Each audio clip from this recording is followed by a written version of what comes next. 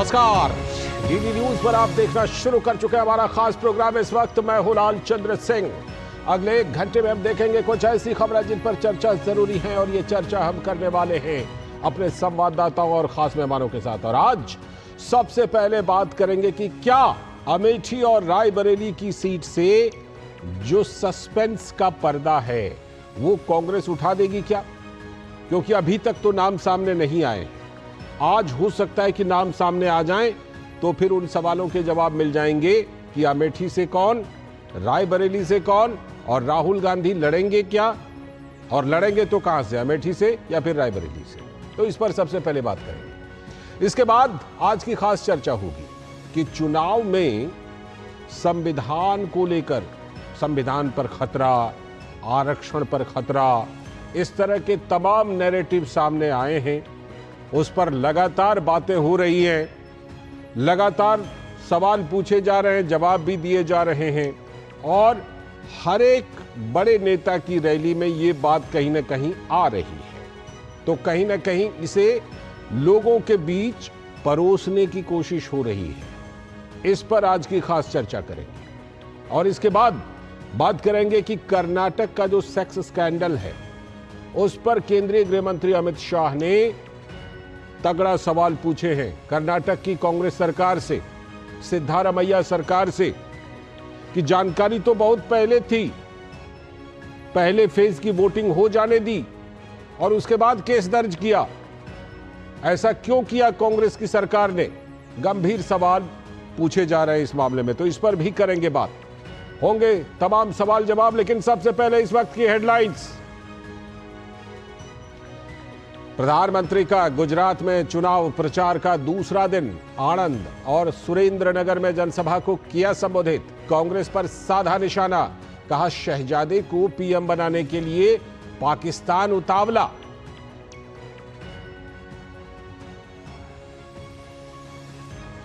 भाजपा के दिग्गजों ने भी अलग अलग राज्यों में संभाली कमान। अमित शाह, जेपी नड्डा और राजनाथ सिंह चुनाव प्रचार को दे रहे हैं धार।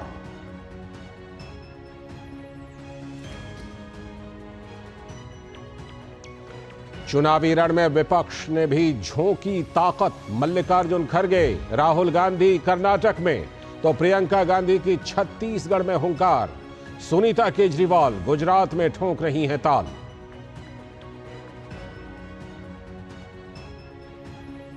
केंद्रीय गृह मंत्री अमित शाह ने कर्नाटक की कांग्रेस सरकार पर लगाया बड़ा आरोप। कहा सेक्स स्कैंडल के आरोपी प्रज्वल रेवन्ना को भगाने में कांग्रेस का हाथ। पूछा फर्स्ट फेज के चुनाव तक कांग्रेस की सिद्धारमैया सरकार ने क्यों नहीं खोला केस।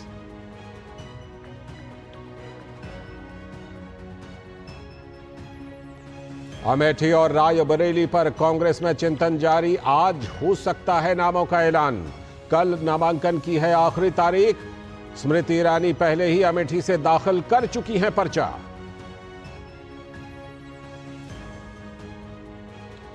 आगामी चरणों के लिए दिग्गजों का नामांकन जारी। कुरुक्षेत्र से नवीन जिंदल, हाजीपुर लोकसभा सीट से चिराग पासवान और संबलपुर लोकसभा सीट से धर्मेंद्र प्रधान का नामांकन। तो बारामूला लोकसभा सीट से 20 साल बाद उमर अब्दुल्ला ने भरा पर्चा।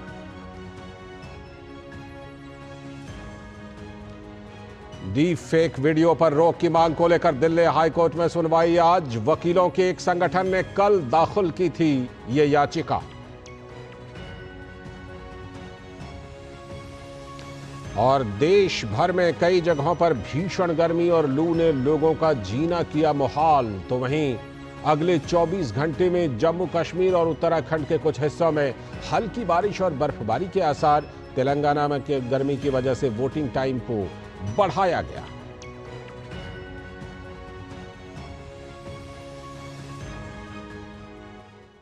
तो ये थी इस वक्त तक की हेडलाइंस। अब देखते हैं खबरों को विस्तार से। और आज सबसे पहले बात करने वाले हैं कि क्या अमेठी और रायबरेली से आज सस्पेंस खत्म हो जाएगा क्या?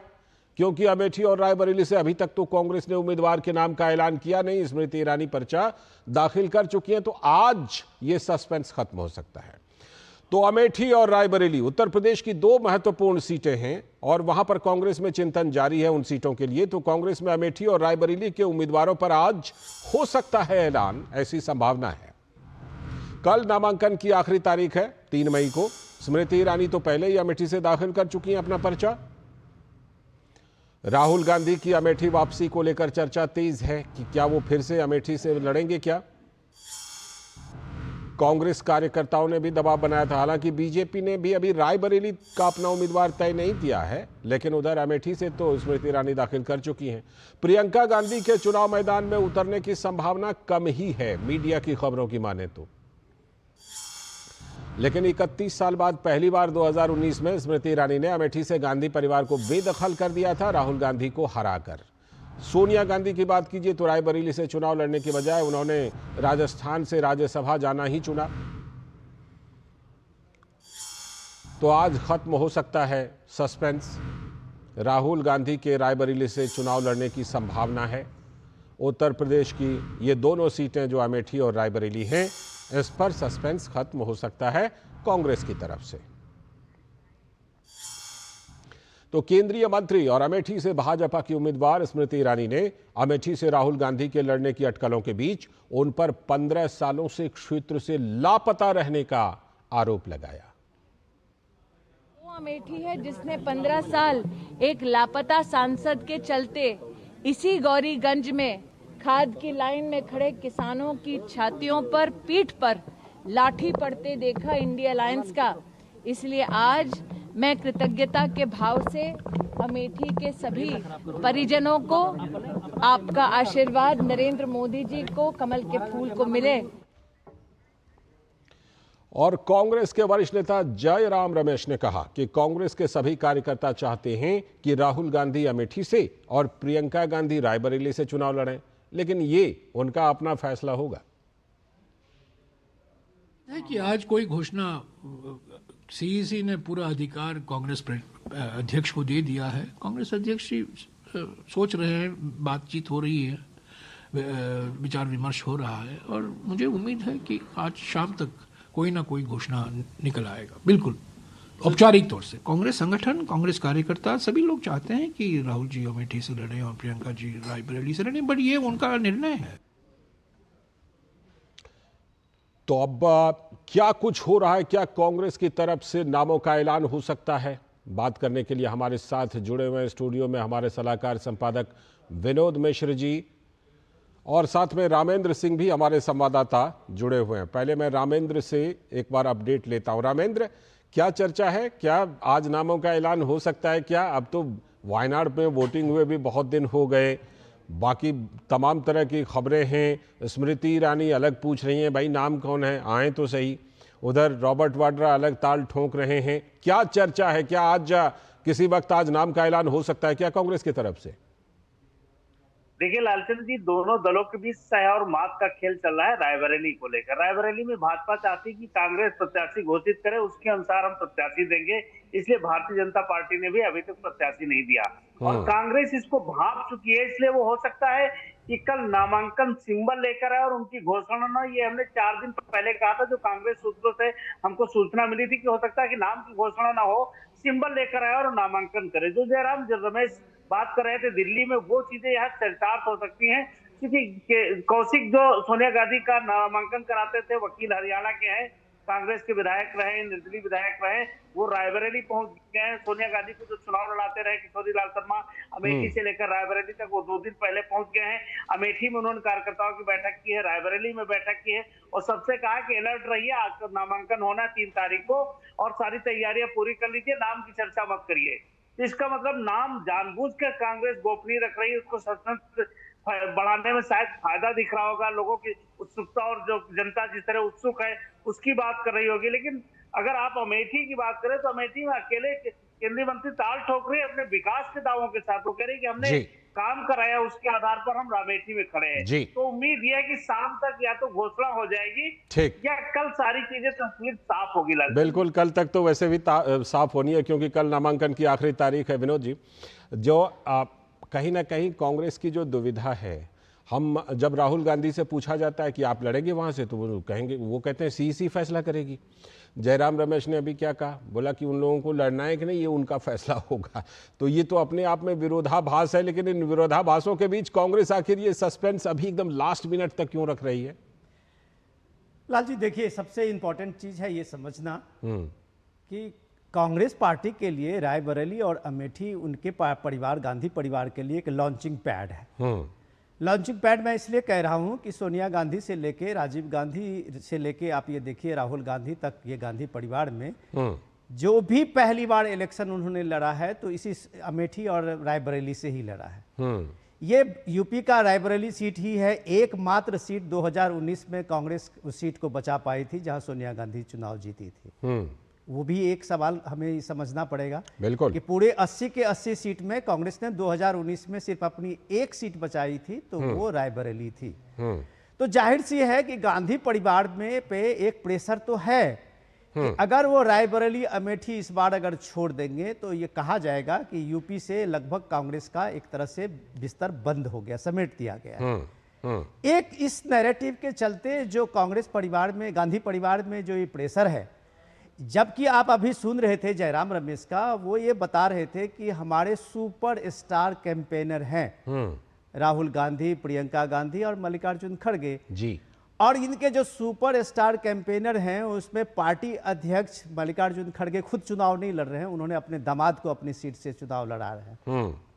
इसी तरह से एक दामाद यहाँ भी अमेठी में ताल ठोक रहे हैं कि हमें भी ये कम से कम ये सीट मिल जाए गांधी परिवार के नाम पे। तो दिक्कत ये है अल्टीमेटली, आप देखिएगा कि सोनिया गांधी जो कल फोन करके, जैसा कि मीडिया में ये खबर आ रही थी कि राहुल गांधी और प्रियंका गांधी दोनों को कहा है कि आप दोनों वहां चुनाव लड़िए, तो ये हो सकता है कि शाम तक आते आते कहीं ऐसा हो कि रायबरेली से ये तय है कि वो अपनी सीट नहीं छोड़ेंगे, तो राहुल गांधी रायबरेली से सीट चुनाव लड़ेंगे। ठीक है। और अमेठी जो है उससे चुनाव लड़ने का मुझे नहीं लगता है कि प्रियंका गांधी उतरेंगी, क्योंकि प्रियंका गांधी चुनाव अभी नहीं लड़। मीडिया खबर भी ऐसी है, मीडिया में खबरें भी ऐसी हैं कि शायद प्रियंका गांधी चुनाव में ना उतरे। लेकिन रामेंद्र, क्या खबर है? रायबरेली के चप्पे चप्पे से आप वाकिफ हैं। एक तो प्रियंका गांधी के चुनाव लड़ने के पर कुछ बताइए, कुछ उधर खबर है क्या? दूसरी बात ये कि रायबरेली से बीजेपी ने भी अभी उम्मीदवार का ऐलान नहीं किया है। कौन कौन से नाम चल रहे हैं बीजेपी के?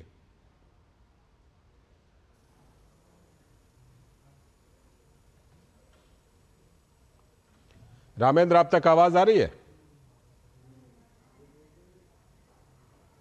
लगता है फिलहाल रामेंद्र तक आवाज हमारी नहीं पहुंच रही है। यही सवाल मैं विनोद जी से पूछता हूं। विनोद जी, क्या कौन कौन से नाम चल रहे हैं रायबरेली से भारतीय जनता पार्टी की तरफ से, और क्या प्रियंका गांधी का बिल्कुल मान लिया जाए कि वो ना तो अमेठी से उतर रही है ना रायबरेली से? लाल जी, ये बात जो हम लोग अगर इसमें डिस्कस करें स्टूडियो में, बीजेपी के में कम से कम तो ऐसा नहीं है कि नाम किसका चल रहा है, ये लोगों को पहले पता मैंने है। इसलिए पूछा क्योंकि अभी समाजवादी पार्टी के एक बड़े नेता जो ऊंचाहार से विधायक भी हैं, वो बीजेपी के लिए उन्होंने राज्यसभा में वोटिंग की थी, तो उनका नाम बड़ा चला। लेकिन ये है कि जब आप अगर मीडिया की खबर के माने तो वहां वरुण गांधी का भी नाम चल रहा है। अच्छा। तो वरुण गांधी ने, या गांधी परिवार में, ये कम से कम मेनका गांधी पहले भी कह चुकी थी कि गांधी परिवार के किसी भी इलेक्शन में वो परिवार के साथ कंटेस्ट करते हुए नहीं दिखेंगी। वैसे वरुण गांधी का नाम चल रहा है, लेकिन अब सवाल है कि अगर प्रियंका गांधी वहां से रायबरेली से उतरती है तो बीजेपी को भी एक मजबूत प्रतिस्पर्धा के लिए वैसे ही बड़ा हाई प्रोफाइल कोई नाम देना होगा। और अगर राहुल गांधी उतरते तो राहुल गांधी के नाम पे,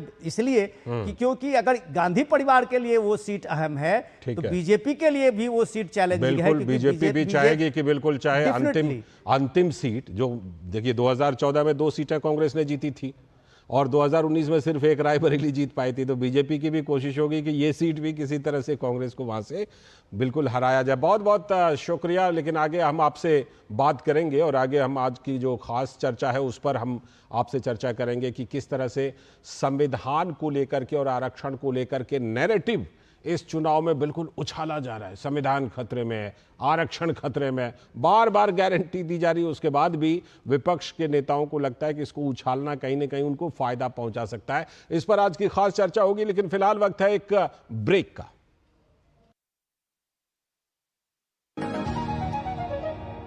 delivery boy has picked your order. अरे भाई पता है भूख लगी है। 30 मिनट का मैसेज नोटिफिकेशन आया था ना। मैसेज के सारे थोड़ी बैठ सकते हैं। कल आपने कुछ शेयर्स बेचे थे ना? हाँ, तो चेक किया? मैसेज आया तो था। सिर्फ मैसेज काफी नहीं है। आप शेयर मार्केट में कोई भी ट्रांजैक्शन करते हैं ना, तो स्टॉक एक्सचेंज से आए एसएमएस या ईमेल को अपने डीमैट अकाउंट और बैंक स्टेटमेंट के साथ भी टैली कीजिए। बेटा भूख में ना दिमाग बंद हो जाता है। समझ कर इन्वेस्ट कर। अरे ममता, कहाँ जा रही है भरी दोपहरी में? कहीं नहीं माँ, बस वोट डाल कर आई। बाहर धूप देख रही है? तुम इतनी कड़ी धूप में मीलों चलकर पानी लेने जाती थी और आज हमारे घर में खुद पानी चलकर आता है। अरे माँ, जिसने घर तक नल से जल पहुँचाया है उसको वोट देने के लिए धूप छाव थोड़ी ना देखेंगे। चलो माँ, साथ चलते हैं। जिसकी गारंटी ने जिंदगी संवारी, उसको वोट देने की गारंटी हमारी। कमल का बटन दबाएं, भाजपा को जिताएं। स्वागत है। ब्रेक के बाद डेली न्यूज पर आप देख रहे हैं इस वक्त, और जैसा कि ब्रेक पर जाने से पहले हमने आपको बताया था कि आज की जो खास चर्चा है वो हम करने वाले हैं कि किस तरह से दो एजेंडे को बिल्कुल लोगों के बीच बार बार रखा जा रहा है, उस पर पूरा जवाब, पूरा स्पष्टीकरण आने के बाद भी। और वो दोनों एजेंडा कौन सा है? संविधान खतरे में है और आरक्षण खतरे में है। तो ये, हालांकि इन सब के बीच देखिए तेज धूप है, गर्मी है, उसके बाद भी गर्म चुनावी माहौल ने सियासी पारा को बढ़ा दिया है। तो गुजरात की एक चुनावी रैली में पीएम मोदी ने कहा, मैं कांग्रेस और उनके सहयोगियों को 3 चुनौती दे रहा हूं। पहली चुनौती क्या कि वो लिखित में दें कि वो संविधान बदलकर धर्म के आधार पर मुसलमानों को आरक्षण नहीं देंगे। कांग्रेस लिखित में दे कि वो एससी, एसटी और ओबीसी को मिलने वाले अधिकारों में सेंधमारी नहीं करेगी, पीएम ने कहा। साथ ही उन्होंने कहा कि जिन राज्यों में कांग्रेस और उसकी सहयोगी की सरकारें हैं वो वोट बैंक की गंदी राजनीति नहीं करेंगी। पीएम ने कहा कि शहजादे संविधान को माथे पर लेकर नाच रहे हैं, इससे बात नहीं बनती। संविधान के लिए जीना और मरना सीखना हो तो मोदी के पास आओ और हमसे सीखो। तो कांग्रेस के नेता जयराम रमेश ने कहा कि पीएम मोदी आरक्षण की सीमा से 50% कैप हटाने पर स्थिति स्पष्ट करें।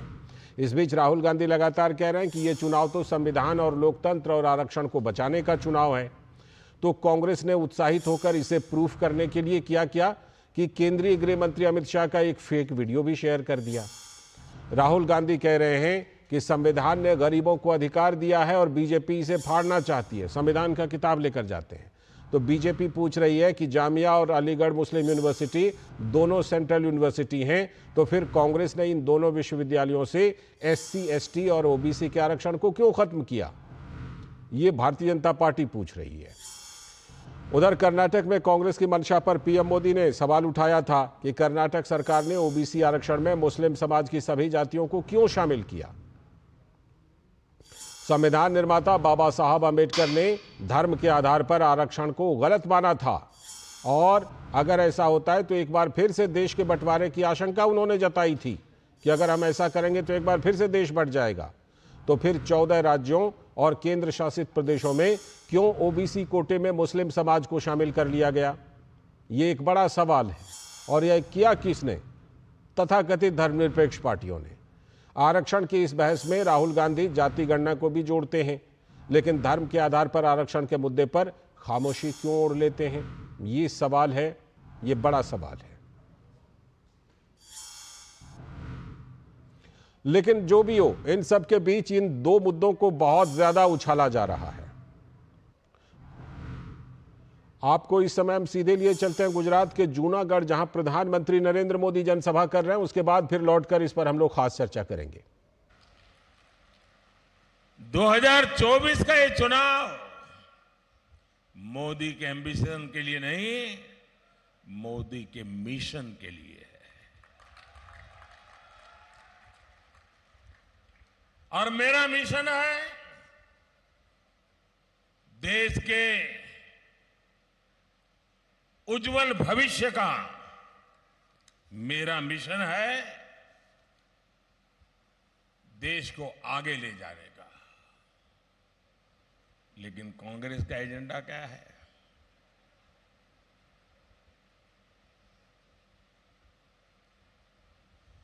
कांग्रेस कह रही है कि वो कश्मीर में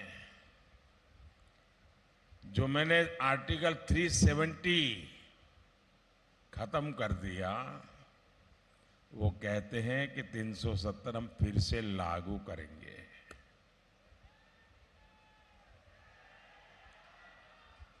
भाइयों बहनों, इस देश में जो लोग संविधान माथे पे लग करके नाच रहे हैं ना,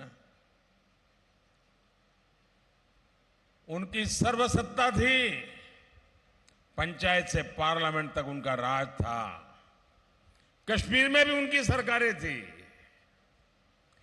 लेकिन वे कभी भी देश का संविधान सब जगह पे लागू नहीं कर पाए।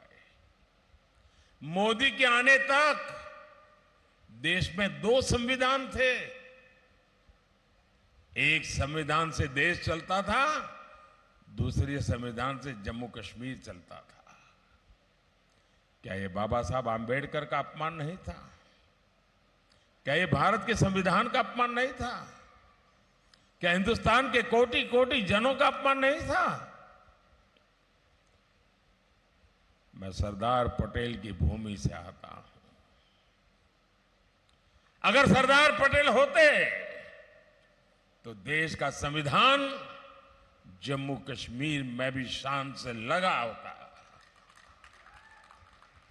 लेकिन जो काम सरदार साहब का अधूरा रह गया, ये धरती का संतान, आपका संतान, ये सेवक उसे पूरा कर पाया।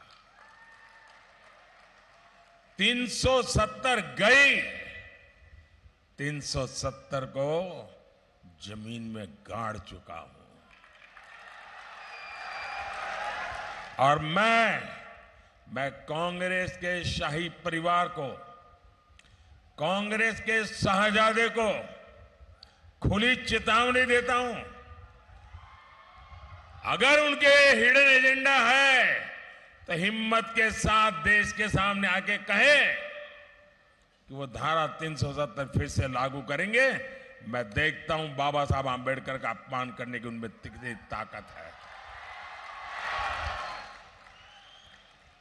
અને આપણે ત્યાં તો કહે ને, ખેલ ખેલાડીના ઘોડા અસવારોના। और इसलिए उनका जो एजेंडा है वो समझने जैसा है। कांग्रेस का दूसरा एजेंडा सीएए, जो लोग हमारे पड़ोस के देशों में जो हिंदू हैं, जो भारत मां के संतान रहे थे, उनका एक ही गुना है कि वो हिंदू धर्म का पालन करते हैं, वो जैन धर्म का पालन करते हैं, बौद्ध धर्म का पालन करते हैं, ईसाई धर्म का पालन करते हैं, पारसी धर्म का पालन करते हैं। इसलिए वहां पर उन पर जुल्म होता है, वहां से उनको भगा दिया जाता है। उनके लिए तो एक ही सहारा है, ये मां भारती की गोद। कहां जाएंगे?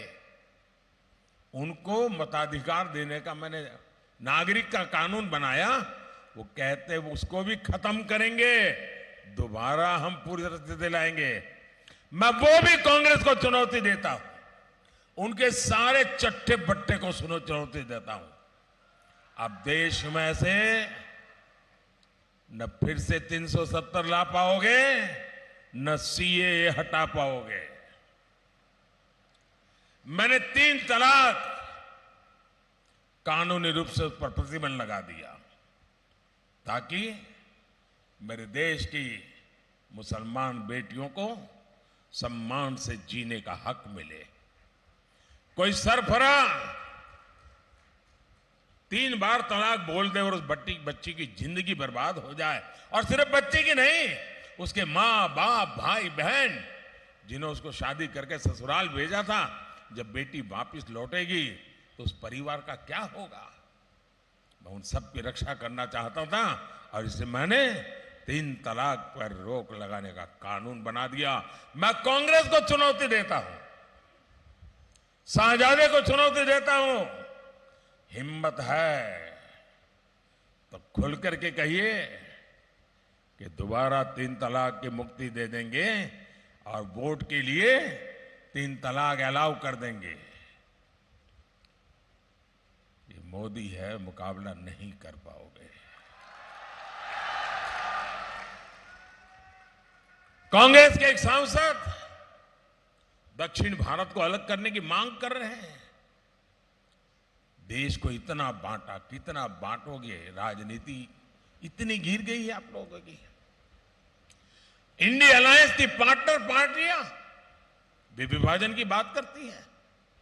साथियों, कांग्रेस के लोगों को विभाजन की मानसिकता विरासत में मिली हुई है। एक कांग्रेस ही है जिसने सत्ता के लिए देश का विभाजन तक स्वीकार कर लिया था। तमिलनाडु के पास एक पूरे का पूरा आइलैंड, कच्चातीव द्वीप, ये कांग्रेस सरकार ने देश आजाद होने के 30 साल के बाद पड़ोसी को दे दिया। ऐसे ही अपनी पर्सनल प्रॉपर्टी हो ऐसे ही दे दिया, लो ले जाओ, मौज करो। और ये सच्चाई अभी अभी सामने आई है कि कांग्रेस के नेताओं ने बयान दिया था कि उस द्वीप पर, उस टापू पर कुछ नहीं है, कोई रहता नहीं है, क्या जरूरत है, ले जाने दो। तो आप सीधा प्रसारण देख रहे थे। प्रधानमंत्री नरेंद्र मोदी जनसभा को संबोधित कर रहे थे और प्रधानमंत्री ने खास तौर पर तमाम चीजों को लेकर पूछा कि अपने स्थिति को स्पष्ट कीजिए। सीए पर, धारा 370 पर, 3 तलाक पर, ये तमाम चीजें। साथ ही उन्होंने बात उठाई कि कांग्रेस विभाजन की बात करती है और कांग्रेस से तमाम चुभते हुए सवाल प्रधानमंत्री नरेंद्र मोदी जनसभा में पूछ रहे हैं। लेकिन इस चुनाव में, जैसा कि हमने पहले ही आपको बताया, कि 2 चीजों को लेकर के बड़ा उछाला जा रहा है, संविधान खतरे में और आरक्षण खतरे में। तो आज हम उसी पर खास चर्चा कर रहे हैं। कांग्रेस नेता राहुल गांधी ने भाजपा पर संविधान को खत्म करने का आरोप लगाया था। प्रधानमंत्री ने, अमित शाह ने और उनके अलग अलग एमपीज ने मन बना लिया है कि अगर वो चुनाव जीतेंगे तो वो इस किताब को फाड़ के फेंक देंगे। वही नैरेटिव एक बार फिर से सामने आ रहा है, तो जिसके जवाब में प्रधानमंत्री नरेंद्र मोदी ने कांग्रेस को चुनौती दे दी कि कांग्रेस लिखित में गारंटी दे कि वो संविधान को बदलकर धर्म के आधार पर आरक्षण नहीं देगी। मेरी 3 चुनौतियां हैं कांग्रेस और कांग्रेस के पूरे इकोसिस्टम को। पहली चुनौती, कांग्रेस और उनके चट्टे बट्टे देश को लिखित में गारंटी दें कि वो संविधान बदलकर धर्म के आधार पर मुसलमानों को आरक्षण नहीं देंगी, देश को बांटने का काम नहीं करेगी। मेरी दूसरी चुनौती है, कांग्रेस देश को लिखित में दे कि वो एसटी, एससी, ओबीसी को मिलने वाले आरक्षण में सेंधमारी नहीं करेगी, उनका अधिकार नहीं छीनेगी, डाका नहीं डालेगी। मेरी तीसरी चुनौती है, कांग्रेस देश को लिखित में गारंटी दे कि जिन जिन राज्यों में कांग्रेस की और उसके साथियों की सरकार है, वो कभी भी वोट बैंक की गंदी राजनीति नहीं करेंगे। वो बैकडोर से ओबीसी का कोटा काटकर मुसलमानों को आरक्षण नहीं देंगी। संविधान को माथे पर लेकर के नाचने से बात नहीं बनती है। संविधान के लिए जीना, संविधान के लिए मरना, ये सीखना है तो मोदी के पास आओ। तो प्रधानमंत्री नरेंद्र मोदी खतरे के जवाब में गारंटी दे रहे हैं और बदले में गारंटी मांग भी रहे हैं कि क्या धर्म के आधार पर आरक्षण नहीं देंगे, इसकी लिखित गारंटी देंगे क्या। तो प्रधानमंत्री नरेंद्र मोदी जवाब भी दे रहे हैं और पलटवार भी कर रहे हैं। आज इसी पर खास चर्चा, और खास चर्चा में हमारे साथ जुड़ रहे हैं हमारे सलाहकार संपादक विनोद मिश्र जी, जो हमारे साथ यहीं पर मौजूद हैं। साथ ही हमारे साथ डॉक्टर टीना कर्मवीर जी, कांग्रेस की प्रवक्ता। बहुत बहुत स्वागत टीना जी। विश्वास पाठक जी, भारतीय जनता पार्टी के प्रवक्ता। बहुत बहुत स्वागत विश्वास पाठक जी आपका भी। मैं चर्चा को विस्तार देता हूं। विनोद जी, दो नैरेटिव पूछा जा रहा है, हालांकि देखिए उस पर कई बार स्पष्टीकरण आ गया। स्पष्टीकरण क्या, गारंटी भी आ गई, लेकिन फिर भी इन दो नैरेटिव को बार बार उछालने का क्या मकसद है? क्या कहीं ये लगता है कि थोड़ी बहुत संभावना या रास्ता खुलने की संभावना जो है वो यहीं से निकलती है क्या? लाल जी, देखिए समझने की जरूरत ये है कि ये कांग्रेस पार्टी ने या इंडिया गठबंधन ने कोई ये जो आरक्षण और संविधान को अपना एजेंडा बनाया है, ये कोई ऐसी हल्की फुल्की बातें नहीं है कि वो एक तरह से अपना चुनावी माहौल में अपना कोई इंप्रेशन छोड़ने के लिए इस तरह की बातें कर रहे हैं जी।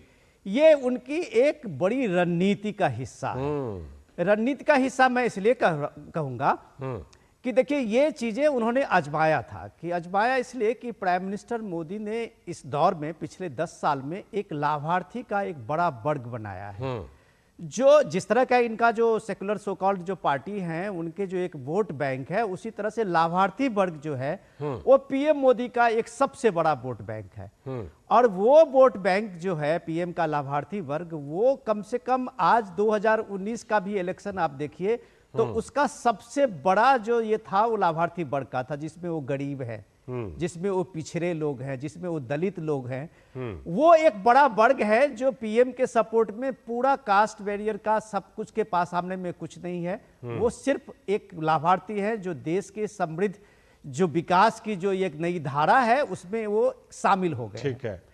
ये दिक्कत जो इनके सामने में है कि जब प्राइम मिनिस्टर मोदी ने विकसित भारत का एक स्लोगन लेके संकल्प के साथ में इलेक्शन कैंपेनिंग शुरू किए, तो इनको लगा कि इस लाभार्थी वर्ग जो एक बहुत बड़ा वर्ग बन चुका है पूरे हिंदुस्तान में, उसके सामने में ये संविधान खतरे में, लोकतंत्र बचाओ और जाति जो है वो शायद एक इंपॉर्टेंट उनका एक टूल्स हो सकता है। तो जैसे ही आप ये देखिए कि उनका नैरेटिव उसके लिए बना कि आरक्षण खत्म कर देंगे, जाति गणना का ये नहीं करवा रहे हैं, इसमें वो लोकतंत्र खतरे में है, पार्टी के छोटे बड़े नेताओं के तरफ से आपने यही सिर्फ सुना होगा। ठीक है। तो पीएम मोदी आज इस तरह की जो जवाब चुनौती दे रहे हैं वो कम से कम इस बात के लिए तो ये है भारत में ये देखने की चीज होगी कि भारत में आप सिर्फ र्यूमर बेस्ड जो एजेंडा चलाते हैं उसमें फैक्ट्स जो जमीन पे काम कर रहा है उसको लोग कितना इस चीज को मानते हैं, ये भी एक देखने की। बिल्कुल, ये निश्चित तौर पर। और जिस तरह से टीना कर्मवीर जी के पास मैं पहले आता हूं। टीना जी, संविधान खतरे में है, आरक्षण खतरे में है, दोनों पर बहुत ही बोल्ड जवाब भारतीय जनता पार्टी की तरफ से, प्रधानमंत्री की तरफ से आया। प्रधानमंत्री ने तो यहां तक संविधान को लेकर कहा कि आज बाबा साहब अंबेडकर खुद भी आ जाए ना तो ये संविधान खत्म नहीं हो सकता। आरक्षण को लेकर ये कहा कि जब तक मैं जिंदा हूं तब तक आरक्षण पर कोई आंच नहीं आएगी। लेकिन उसके बावजूद अगर बार बार इस मुद्दे को आप लोग उठा रहे हैं, कांग्रेस पार्टी उठा रही है, राहुल गांधी संविधान का एक किताब लेकर के, एक जो पुस्तक है उसको लेकर के एक चुनावी जनसभा में जाके कह रहे हैं कि यही जो है यही खतरे में है, इसकी जरूरत क्यों पड़ रही है टीना जी? शुक्रिया सबसे पहले तो, क्योंकि देखिए बहुत ही प्रासंगिक और अहम मुद्दा है जी। देखिए संविधान सभा में बाबा साहब ने संविधान लिखते समय संविधान की कॉपी देखिए मैं आपको दिखा रही हूँ। उन्होंने कहा था संविधान अच्छे हाथों में रहा तो अच्छा साबित होगा और बुरे हाथों में गया तो बुरा साबित होगा। आज हमारा संविधान ऐसे व्यक्ति के हाथ में है जो लगातार संविधान को बदलने की बात कर रहे हैं। इन्हीं के नेता जो संविधान की बदलने की बात कर रहे हैं और ये इनका इतिहास रहा है। 2025 तक आप देखेंगे कि आरएसएस ने हमेशा इस संविधान को लेकर हमेशा बदलने की, समीक्षा करने की बात रखी है और इनके नेता खुलकर मंचों से बयान दे रहे हैं कि हम सरकार में इसलिए आना चाहते हैं, 400 पार इसलिए लाना चाहते हैं ताकि हम इस संविधान को बदल दें। तो मैं ये पूछना चाहती हूँ, देश के प्रधानमंत्री जब बाबा साहब को चुनौती दे रहे हैं तो वो शर्म से उनको अपनी नजरें नीची कर लेनी चाहिए। उस व्यक्ति, आप बाबा साहब को कह रहे हैं जिन्होंने ये संविधान हमें दिया, पूरे देश को ये संविधान दिया जिसकी वजह से आज हम बात कर रहे हैं, आज हम बैठे हैं, आज हम आजादी के जश्न मना रहे हैं। मैं और ये बीच में एक संविधान सवाल देने के पूछता बाद वो हूं, बाबा साहब को बीच में चुनौती एक दे रहे सवाल हैं। पूछ लेता हूं। मान लीजिए भारतीय जनता पार्टी के किसी नेता ने अगर कहीं इस तरह का बयान दिया, उनकी बातों पर आपको भरोसा है, और प्रधानमंत्री मोदी जो गारंटी दे रहे हैं, कह रहे हैं, उन पर भरोसा नहीं, और प्रधानमंत्री मोदी का जो 10 साल का कार्यकाल रहा है, प्रधानमंत्री नरेंद्र मोदी ने जो संविधान के प्रति सम्मान दिखाया है, संविधान दिवस मनाने की शुरुआत की है, गुजरात में जब मुख्यमंत्री थे तो हाथी के ऊपर संविधान को रखा था और खुद पैदल चल रहे थे मुख्यमंत्री के तौर पर नरेंद्र मोदी, इन सब चीजों पर भरोसा नहीं है। देखिए, मोदी साहब जो आरक्षण हटाओ अभियान जो चला रहे हैं ना, ये दिख रहा है कि ना रहेगा बांस ना बजेगी बांसुरी। आप देखिए कि सारी सरकारी संस्थाओं को इन्होंने चाहे भेल हो, सेल हो, सब कुछ तो इन्होंने बेच दिया। उसके बाद सरकारी नौकरियां रही नहीं। अच्छा। सरकारी नौकरियां नहीं रही तो बताइए आप, आदिवासी या दलित समाज के लोग जो है निजीकरण के तहत सरकारी नौकरी नहीं ले पा रहे। आरक्षण तो अपने आप ही खत्म हो गया। यूपीए सरकार ने निजीकरण नहीं किया था। खत्म किया जी। यूपीए सरकार ने निजीकरण नहीं किया था, कांग्रेस की सरकारों ने। देखिए, यूपीए सरकार के समय आप डाटा उठाकर देखिए, सबसे ज्यादा दलितों, वंचितों समाज के लोग सबसे आगे आए। और आप देखेंगे कि आज देश के प्रधानमंत्री भी जब इस तरीके के बयान दे रहे हैं तो उनको डाटा जाकर चेक करना चाहिए। आज जिस तरीके से आप सोचिए, इनकी सरकार के समय 30 लाख पद खाली हैं, वही पद हम भरने की बात कर रहे हैं। उसमें आप 7 से 8 लाख पद ऐसे हैं। आपके सवालों पर मैं जवाब लेता हूं विश्वास पाठक जी से। विश्वास पाठक जी, टीना कर्मवीर जी ने जो भर्ती हो जाती है उसमें बड़े और गंभीर सवाल जो कुछ उठाए, उस पर आप जवाब दीजिए। विश्वास पाठक जी कि क्या आपके दौरान में इस तरह से आरक्षण को निजीकरण करके आप आरक्षण को खत्म कर रहे हैं क्या, या कम कर रहे हैं क्या? सर्वप्रथम मैं हमारे जो कांग्रेस के प्रवक्ता उनको और उनके जो मुखिया है राहुल गांधी जी को, सिर्फ कॉन्स्टिट्यूशन हाथ में लेके मत घूमो, उसका आदर करो, सम्मान करो और उसको पढ़ो। जिस कॉन्स्टिट्यूशन हमें देश को मिली है वो डॉक्टर बाबा साहब अम्बेडकर, उनसे कांग्रेस की क्या ये दुश्मनी थी? जब बाबा साहब अम्बेडकर इलेक्शन लड़ के पार्लियामेंट में जाना चाहते थे तो क्यों Nehru ji all the way Nagpur के पास भंडारा में आया? और उसके बाद उपचुनाव में फिर से कांग्रेस ने उनको हराने की कोशिश की थी। कांग्रेस ने इतने लोगों को भारत रत्न ये पुरस्कार दिया, क्यों नहीं सोचा बाबा साहब अम्बेडकर को भारत रत्न पुरस्कार देना चाहिए? इंदौर के पास महू उनकी जन्मस्थली है, वो जन्मस्थली को पुनर्निर्माण करने का क्यों नहीं सोचा आज तक? या आपकी आवाज में कुछ बाधा आ रही है, बार बार आपकी आवाज विश्वास जी कट रही है। क्यों नहीं सोचा? ऐसे अनेक विषय है। कांग्रेस ने हरदम संविधान चाहे तब अमेंड किया। 80 बार सरकार है, मोदी जी की सरकार है। हमारे लिए कॉन्स्टिट्यूशन सचमुच भगवान है। हमें जो मेजोरिटी चाहिए, 400 की मेजोरिटी चाहिए, वो इसलिए चाहिए कि हम धारा 370 समान कलम हटाए। ठीक है, जीएसटी समान कानून लागू। ठीक है, आपकी आवाज में फिलहाल हमें संपर्क टूट रहा है। अब आ रही है? बीच में आपकी आवाज कट रही थी। हम कोशिश करते हैं कि आपकी आवाज को ठीक किया जाए और कनेक्शन को ठीक किया जाए। इस बीच में आप सभी के पास मैं लौटूं, उससे पहले जरा देख लेते हैं कि क्या कुछ मल्लिकार्जुन खड़गे ने कही है और क्या कुछ फिर जवाब मिला है। कांग्रेस अध्यक्ष मल्लिकार्जुन खड़गे ने भाजपा और प्रधानमंत्री नरेंद्र मोदी से सवाल किया कि आपने देश और जनता के लिए क्या किया। उन्होंने अपने बयान में कहा कि बीजेपी के लोग कहते हैं मोदी है तो मुमकिन है, वो कहते हैं मेरी 56 इंच की छाती है, लेकिन क्या किया ये नहीं बताते। ಅದಕ್ಕೆ ಯಾವಾಗಲೂ ಮೋದಿ ಅವರು ಹಂಗಿಸ್ತಾರೆ, ಅವ್ರ ಬಳಿ ಯಾರು ಲೀಡರ್ ಅಲ್ಲ, ಯಾರು ಇದು ಇದ್ದಾರೆ, ನಾನು ಇಲ್ಲಿದ್ದೇನೆ, ಮೋದಿ ಹೈ तो मुमकिन है, मोदी यहाँ है ಅಂತಾನೆ, मेरी 56 इंच की छाती है ಅಂತಾನೆ। अरे 56 इंच की छाती ತಗೊಂಡು ಏನ್ ಮಾಡೋದಪ್ಪ? ನಾವು ಟೇಲರ್ ಬಲ್ ಒಯ್ಯಬೇಕಾ? ನಿನಗ ಎಷ್ಟು ಇಂಚ್ ಜನ? ನೀನು ದೇಶಕ್ಕಾಗಿ ಏನ್ ಮಾಡಿದ್ದೆ ಅದು ಮೊದಲು ಹೇಳು, ರೈತರಿಗಾಗಿ ಏನ್ ಮಾಡಿದ್ದೆ ಅದು ಹೇಳು। SCP ಶೆಡ್ಯೂಲ್ ಕಾಸ್ಟ್ ಬಗ್ಗೆ ಬಹಳ ಮಾತಾಡ್ತಾನೆ ಇತ್ತೀಚೆಗೆ। ಇಲ್ಲಿ ನಮ್ಮ ಸರ್ಕಾರ ಇದ್ದಾಗ ಆಂಧ್ರದಲ್ಲಿ तो ये तमाम चर्चा तो है ही, लेकिन एक नया टर्म भी आ गया है चुनावी माहौल में, और वो नया टर्म है वोट जिहाद। तो प्रधानमंत्री नरेंद्र मोदी ने आज अपने संबोधन में एक नए शब्द वोट जिहाद का जिक्र किया और इंडी गठबंधन पर आरोप लगाया कि वो मुस्लिम समुदाय को वोट जिहाद के लिए उकसा रहे हैं। इंडी गठबंधन की एक और रणनीति की पोल उसके ही नेता ने देश के सामने खोल दी है। अब इंडी गठबंधन ने मुसलमानों से वोट जिहाद करने को कहा है। अब बताइए, हमने लव जिहाद सुना था, लैंड जिहाद सुना था और वोट जिहाद, और वो भी पढ़े लिखे मुसलमान के परिवार से बात आई है। सामान्य मदरसा से निकले हुए किसी बच्चे ने नहीं कहा है। हाईली क्वालिफाइड फैमिली और कांग्रेस के वरिष्ठ पद पर बैठे हुए परिवार, ये मुसलमान परिवार ने कहा है, नारा दिया है वोट जिहाद करो।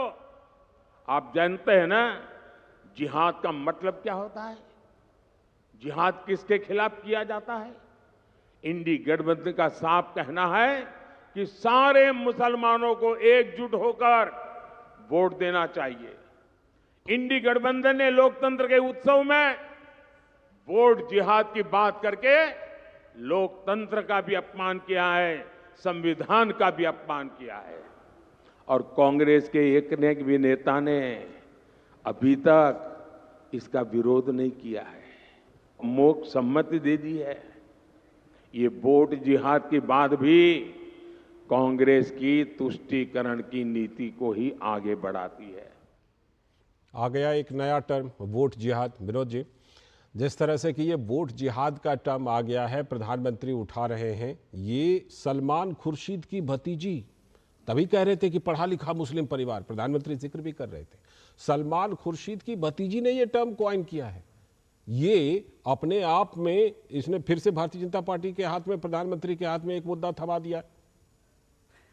लाल जी, अभी मैं सुन रहा था कांग्रेस के प्रवक्ता को भी और प्राइम मिनिस्टर का जो भी जवाब है वोट जिहाद का, आप ये देखिए कि ये इसके पीछे भी एक कारण है और वो वजह, ऐसे बेवजह कोई लोग पब्लिक मीटिंग में ऐसी बातें नहीं करते हैं। ये देखिए कि जब प्राइम मिनिस्टर मोदी ने सबका साथ, सबका विकास, सबका विश्वास का एक स्लोगन था और पॉलिटिक, आप ये कह सकते हैं कि ये बीजेपी सरकार की, ये प्राइम मिनिस्टर मोदी की अपनी एक फिलॉसफी थी। आपने देखा कि दुनिया में भी कई बार इसकी सबका साथ, सबका विकास का चर्चा भी कई जगह, कई फोरम पे भी हुआ था। तो ये सबका साथ, सबका विकास का जो ये था पीएम मोदी का, उसके में आपने एक नया ट्विस्ट दिया।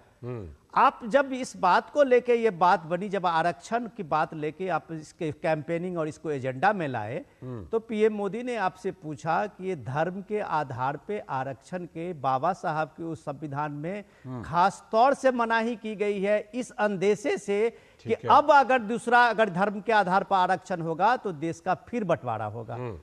तो अब ये जब सवाल इनसे पूछा जा रहा है, प्राइम मिनिस्टर मोदी खुद कर्नाटक की एक रैली में इनसे पूछा कि कर्नाटक में सारे मुस्लिम के जितने भी जातियां हैं, शेख पठान से लेके और बाकी जो बैकवर्ड में जो वहां पे कन्वर्टेड थे, उन सारे लोगों को कैसे उसके ओबीसी के इसमें डाल दिया गया है। तो जो पीएम चुनौती दे रहे थे, जो आपने सुनाया था अभी बात, वो वही चुनौती है कि आप ये कहिए कि बाबा साहब के अंबेडकर में जो धर्म के आधार पे आरक्षण प्रतिबंध है, उसे हम लागू नहीं करेंगे। इस बात के लिए उन्होंने चुनौती दी है, आप लिखित रूप से गारंटी दीजिए। टीना कर्मवीर जी, पहले ही ये गारंटी मांगी जा रही थी कि भाई आप गारंटी दीजिए लिखित की, धार्मिक आधार पर नहीं करेंगे। आज हालांकि उन्होंने और भी बहुत सारी चीजों को उसमें जोड़ा है। इस बीच में आपका पार्टनर, आपकी सहयोगी पार्टी, आपके वरिष्ठ नेता की रिश्तेदार वोट जिहाद कह करके इस चीज को और हवा दे देती है।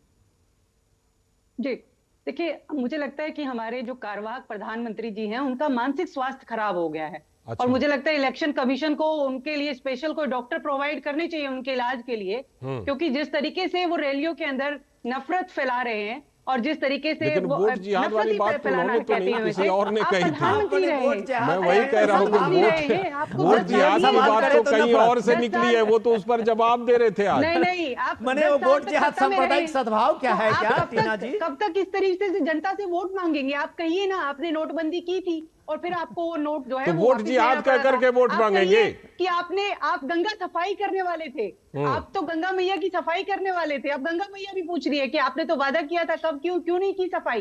आप तो 15 लाख दे रहे थे। आप तो आपकी विश्वास पाठक जी, आपकी गारंटी बलात्कारियों को बचाने की गारंटी है। विश्वास पाठक जी का जवाब, पिछली बार भी अभी तक तो उनकी जवाब पूरी नहीं हो पाई थी। विश्वास पाठक जी, वोट जिहाद का नारा आ गया है जी।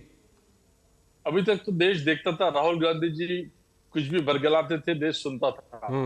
लेकिन अभी उनके प्रवक्ता भी उसी प्रकार से बात कर रहे हैं, ये मुझे जरा आश्चर्य लगता है।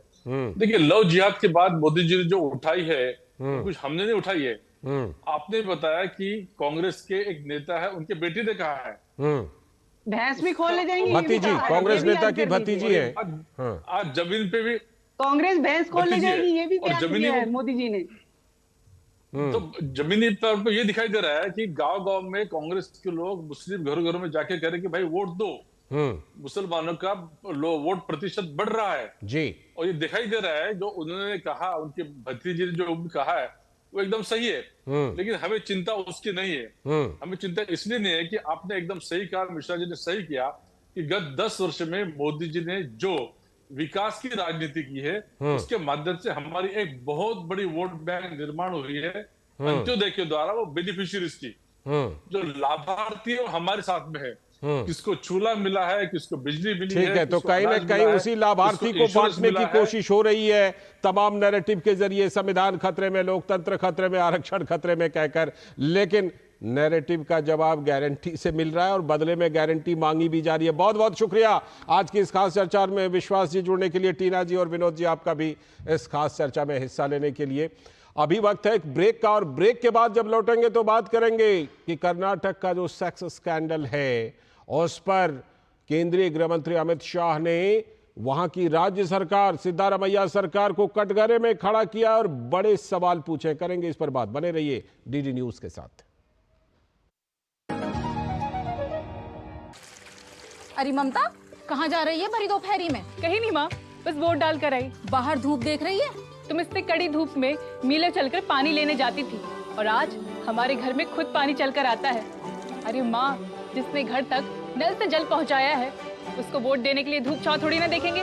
चलो माँ, साथ चलते हैं। जिसकी गारंटी ने जिंदगी संवारी, उसको वोट देने की गारंटी हमारी। कमल का बटन दबाएं, भाजपा को जिताएं।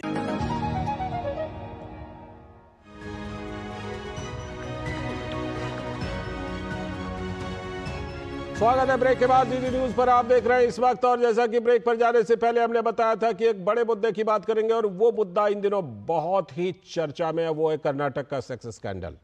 तो कर्नाटक सेक्स स्कैंडल पर अमित शाह ने कई सवाल पूछे हैं। केंद्रीय गृह मंत्री अमित शाह ने कर्नाटक की कांग्रेस सरकार पर बड़ा आरोप लगाया। क्या क्या बातें अमित शाह ने कही हैं?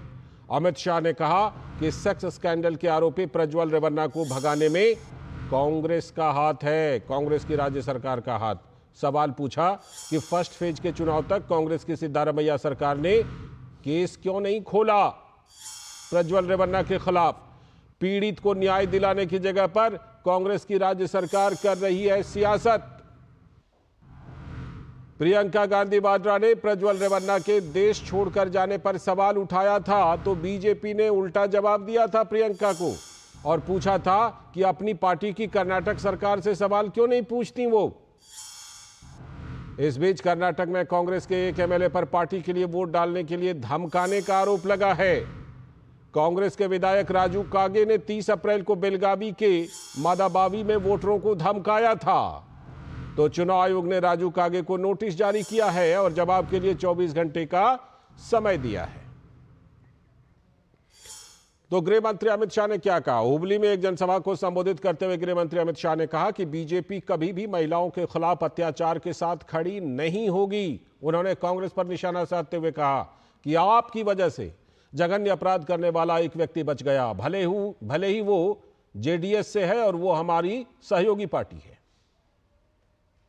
अभी हमारा जेडीएस से समाधान है तो रेवन्ना का सीडी आया, उनको लगा भारतीय जनता पार्टी को घेर ले। मैं आज स्पष्ट कर जाता हूं, किसी भी महिला के साथ कोई भी अत्याचार करे, भारतीय जनता पार्टी इसके साथ नहीं रह सकती। सुन लो सिद्धरामैया जी, डीके शिवकुमार जी, सरकार आपकी है, कांग्रेस पार्टी की है। कदम उठाना था तो आपको उठाना था। आपने जब तक वोकल लिग्गा बेल्ट का चुनाव न हो कोई कदम नहीं उठाया, राजनीति करी, उनको भागदार जाने दिया। अरे हिम्मत है तो सच बताइए, आपके कारण जघन्य अपराध करने वाले भाग गए। मैं आज हुबली धारवाड़ वालों को बताता हूं, भले हमारे साथी हो, हमारा स्टैंड स्पष्ट है। जो इस प्रकार के कृत्य करता है, कठोर से कठोर सजा उनको दिलानी चाहिए, देर नहीं करनी चाहिए। आयशा खानम हमारी संवाददाता बेंगलुरु से जुड़ चुकी हैं इस खबर पर और ज्यादा जानकारी के साथ। आयशा, तमाम सवाल उठ रहे हैं कि ये मामला तो बहुत पहले आ गया था सामने, तो क्या जानबूझ करके सरकार ने इसमें कोई देरी की, कोई हीला हवाली की और प्रज्वल रेवन्ना यहां से निकल गए बाहर के लिए? आज यही बात केंद्रीय गृह मंत्री अमित शाह पूछ रहे हैं। जी हाँ, बिल्कुल अमित शाह जो कह रहे हैं वो बिल्कुल ठीक है, क्योंकि सरकार ने इस पूरे मामले पर किसी हद तक चुप्पी साधी रही, जबकि ये मामला जो है साल 2023 में ही सामने आया था। साल 2023 में इस मामले को कुछ अखबारों ने उठाया था और एक रीजनल चैनल ने उठाया था। उसके बाद रेवन्ना ने इस पर स्टे लाया था और इस बात को पूरी तरह से सरकार जानती थी और ये मामला जो है पब्लिक में था। और रेवन्ना ने उस वक्त, प्रज्वल रेवन्ना ने उस वक्त मीडिया को इस पर रिपोर्ट नहीं करने के लिए इंजंक्शन ऑर्डर भी लिया था। तो इन तमाम चीजों के चलते सरकार के ज्ञान में ये बात थी कि रेवन्ना पर इस तरह के आरोप लग रहे हैं, इस तरह का पेन ड्राइव सर्कुलेट हो गया है और ये तमाम चीजें जो महिलाएं, पीड़ित महिलाएं हैं, उनकी कोई शिकायत जो है अभी तक किसी स्टेशन में दर्ज नहीं हुई।